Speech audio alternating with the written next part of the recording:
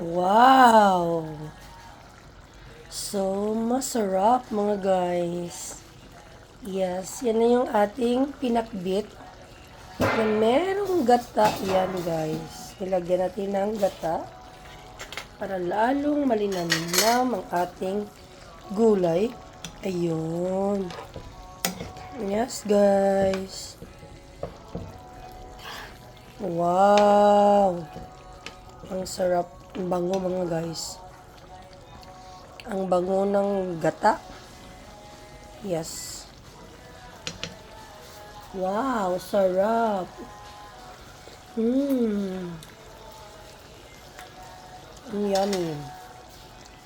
Yes guys, dahil paluto na siya. Luto na nga siya guys. Kaya patayin na natin yung ating apoy guys. At tayo na ay kumain. Yes, ibabalutan ko na ng baon ng aking anak. Dahil yan ang kanyang baon sa school for lunch. Okay guys, thank you for watching. Enjoy your day. God bless you all. Bye. Let's eat na guys.